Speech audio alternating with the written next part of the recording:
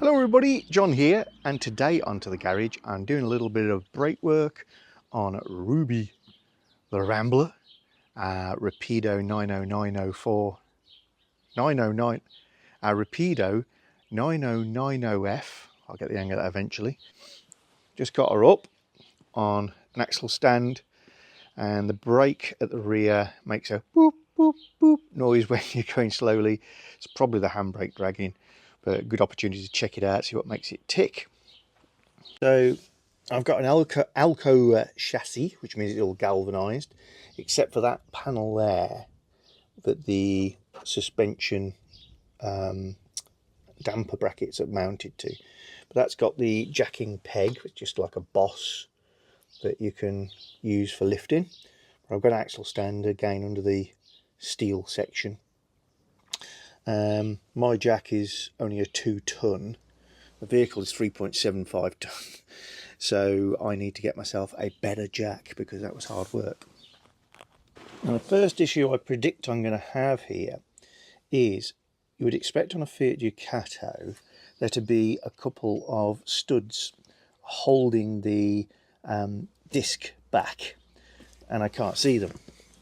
So I'm thinking maybe they've been broken off in a couple of these holes.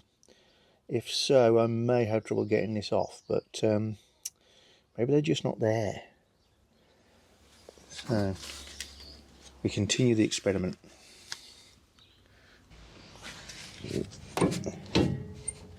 Okay, so the handbrake's off, that's the first thing.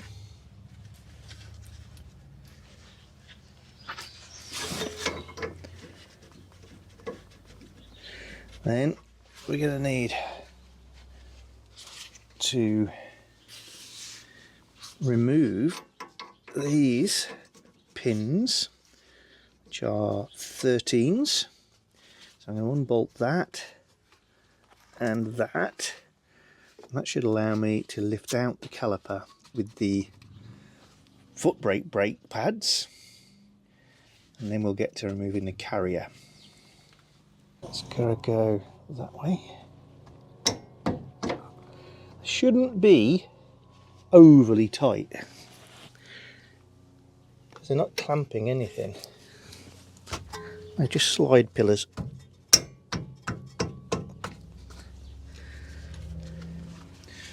And they have come off as hoped, which is a good sign in terms of frequency they've been removed, and therefore care of the foot brake, its pads, etc. That's out. Now should be able to just wriggle the caliper out like so, and remember it's still attached to the hydraulics. Prop it up on the suspension so we can see what we're doing. And the first thing is, this looks like it's got brand new pads in, which is excellent news. So let's just remove that. Yep, excellent condition. Out they come. There are 2 clips on each side which stop all the squealing and noise, but now I'm just going to feel what's going on with this disc. It doesn't feel like it is bolted on, so if it's supposed to have bolts, they're missing or they've sheared off in such a way that they're not holding it on anymore. Okay, so the next thing is the carrier, and that's got 2 rather larger bolts holding that. Let's size them up.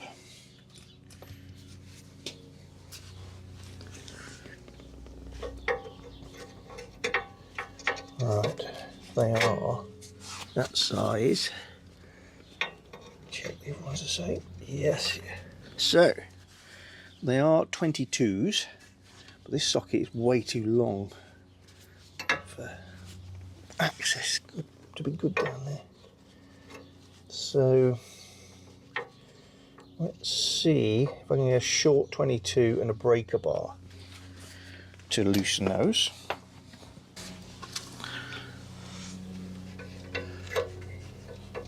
Right, that fits. Can we get that to turn?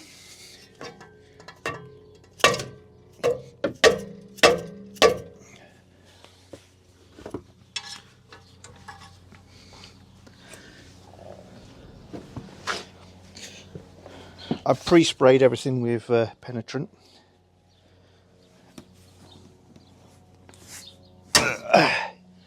Excellent. That's gone. Either that or the socket broke.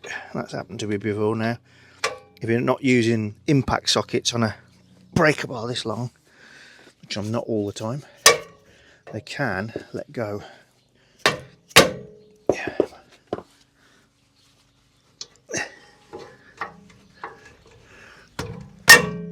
Definitely gone. Ah!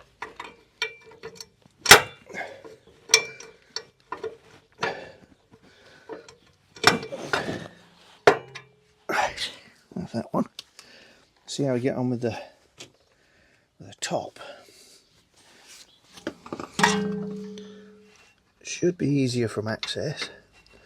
Should.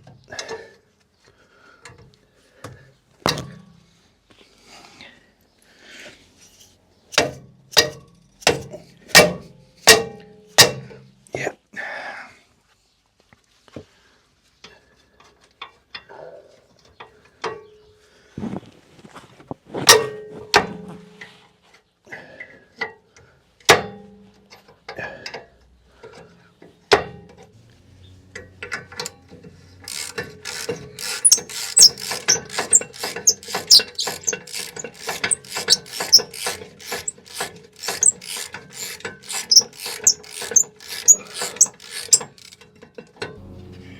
And then you can take the whole of that carrier out, and then we just got the disc in place.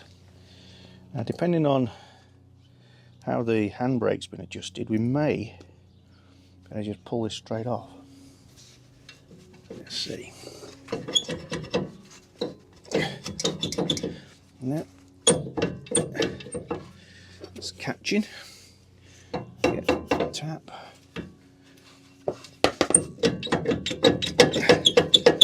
Now, so what we have to do is one of the holes that the wheel bolts go through, we have to line it up with the brake adjuster. And it's a spoke wheel, put a screwdriver through and turn the wheel.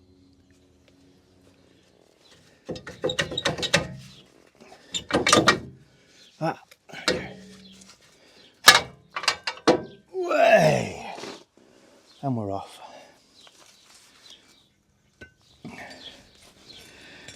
Got a lot of debris in there. And actually, they're in good nick, except an area that looks like this van stood for nearly a year because of COVID. It looks like I can see where the material is bonded with the drum. It's making a catchy spot. If that's all that's wrong with this, I should be very pleased.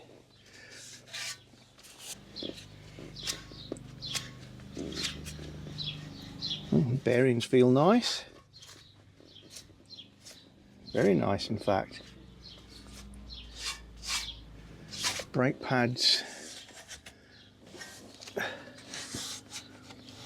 in good condition. Again, there's that area at the bottom of this one. It looks like it's transferred a bit of material to the drum.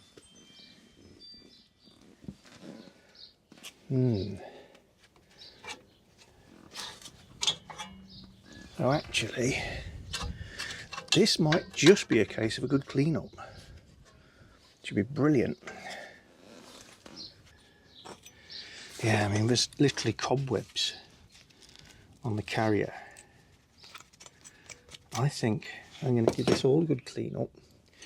Use some emery cloth on here. See that patch is basically different to the rest of the drum. So if I can clear up that pickup, I think it's not going to catch. It's a plan. Yeah, this is really nice. Excuse the mowers going past. It's a neighbour.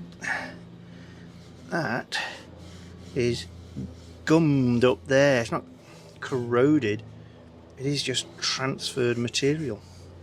So, a little bit of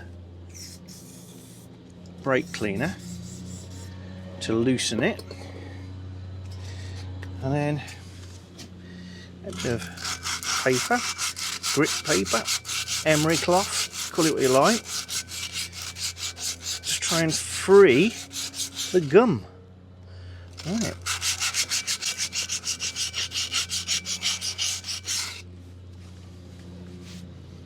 But you do want to do it by hand rather than using a flat wheel or something, because chances of me making this go out a round or doing anything like that are next to nil with my hand, but quite possible.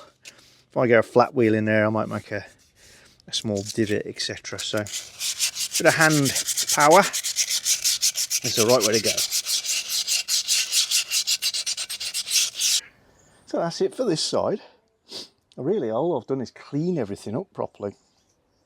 And by properly, I don't mean it looks pretty, it doesn't. But the pads have been a little bit of buffing with emery and then cleaned with brake cleaner. The surfaces where they touched the back plate, just given a clean up. Caliper's just been given a good wire brushing. The carrier bracket been cleaned up, and I really do like this idea. The anti-squeal shims are clipped onto the carrier, and in effect means every time you change these you get new stainless steel slideways for your brake pads.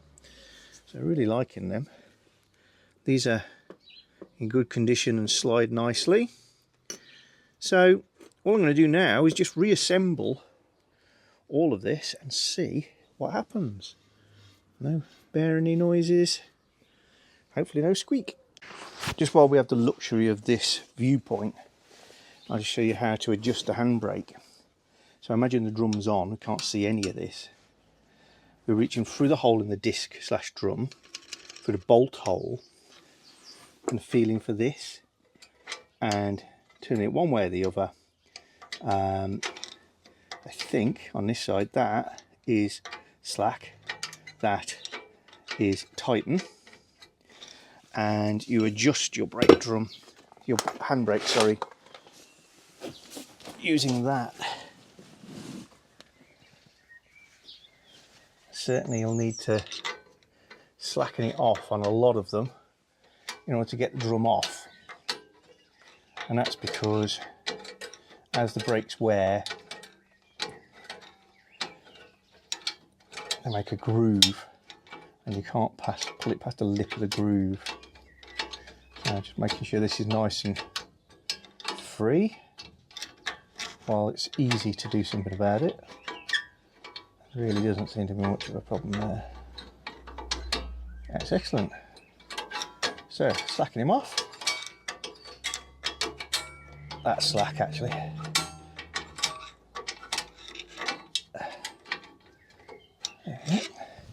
And then we'll pop the drum on.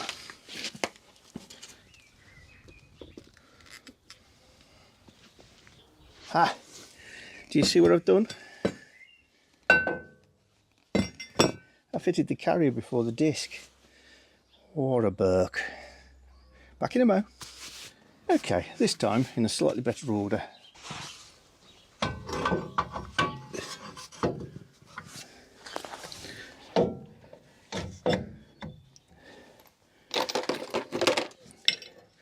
worth just putting a wheel bolt in, because this can turn relative to the hub, and trying to get it back is difficult because the back will turn. So just put that on, keep everything lined up.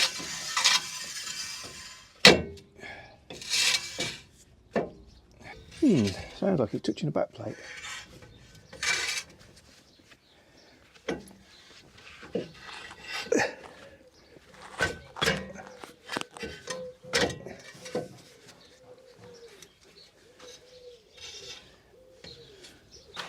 Little investigation there. Seem to be contacting this little ridge, and that goes in a groove around here. So I'm just going to get my screwdriver in the slot, clear out any muck that the wire brush didn't take. No obvious witness mark where it's been touching.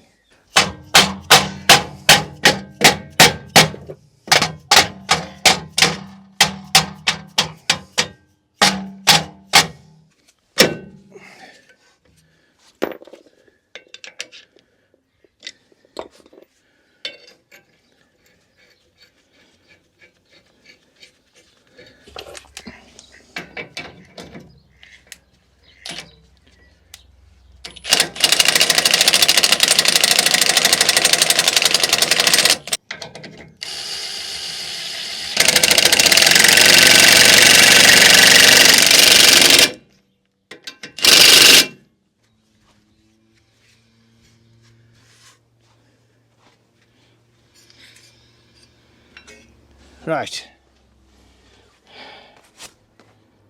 I'll put the carrier on for keeps. That's going nicely.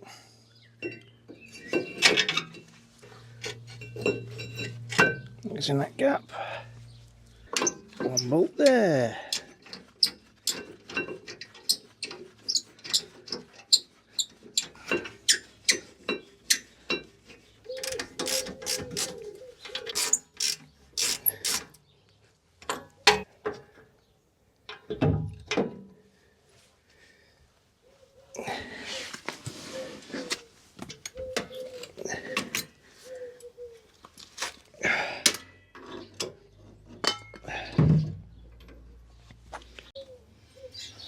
Now at this stage, my tip is adjust a handbrake properly before you put the caliper on, because then it takes away another form of drag. So that basically you're just going to be more sensitive. So you're just going to be a lot more sensitive to when things are in good contact. So reaching through our little hole, finding our wheel, and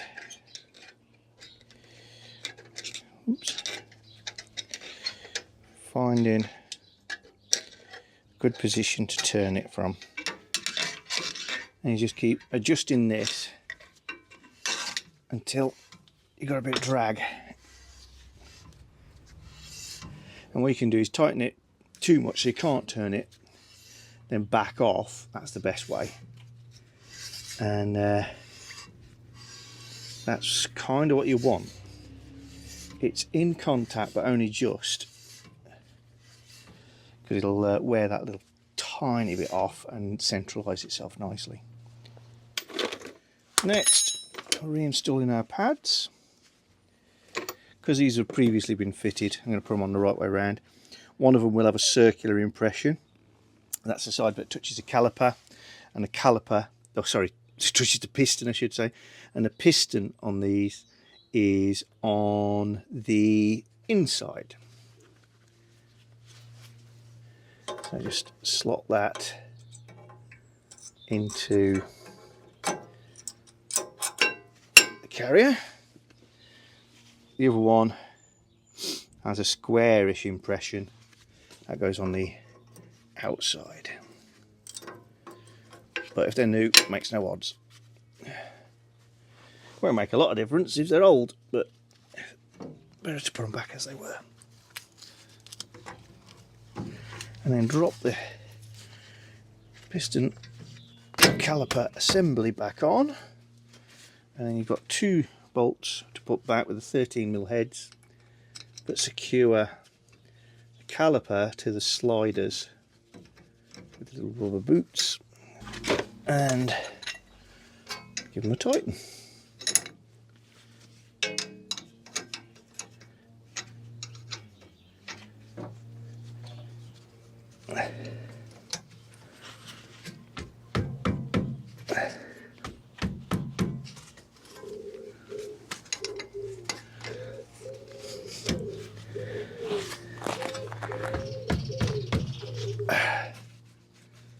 And that is on.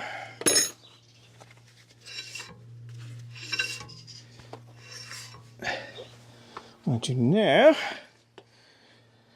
is undo these 2 wheel bolts and get the wheel back on.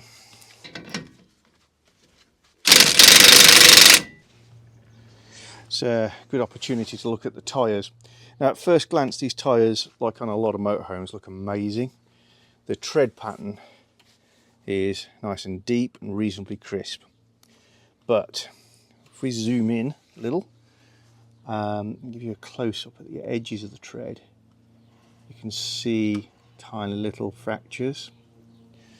And whilst the sidewalls look great, I noticed one area just here, just no doubt at the bottom when it was laid up for 12 months, it is starting to fracture. So these tyres are past their sell-by date, and genuinely past their sell-by date. If you don't know, all tyres sold in Europe have to have the date of manufacture on. Can't vouch for the rest of the world, but would be imagining it's the same. They do tend to hide it a little. Well, I shall find it on here for you. And there it is. It's usually in a little lozenge shape, because they have to obviously change the tooling, replace the part of the tooling that gives the date on a regular basis. And I know that's upside down. Oops. That says 1613. So 16 is the week number, 13 is the year. So these are 2013 tyres. I'm talking to you in 2021. They are way old. 5-6 years is realistically how long you get out of these tyres. So with the squeak banished from my brakes, I set off down to the local tyre depot to pick up a set of Agilys Michelin camping tyres, which are a mud and snow tyre specifically designed for heavy motor caravans.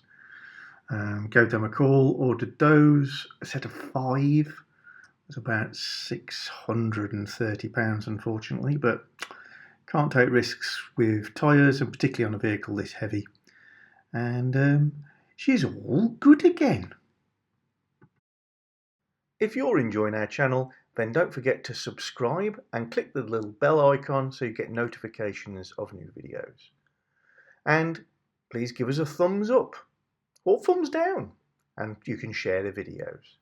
And below the video is always the area where you can comment and get involved with the chat.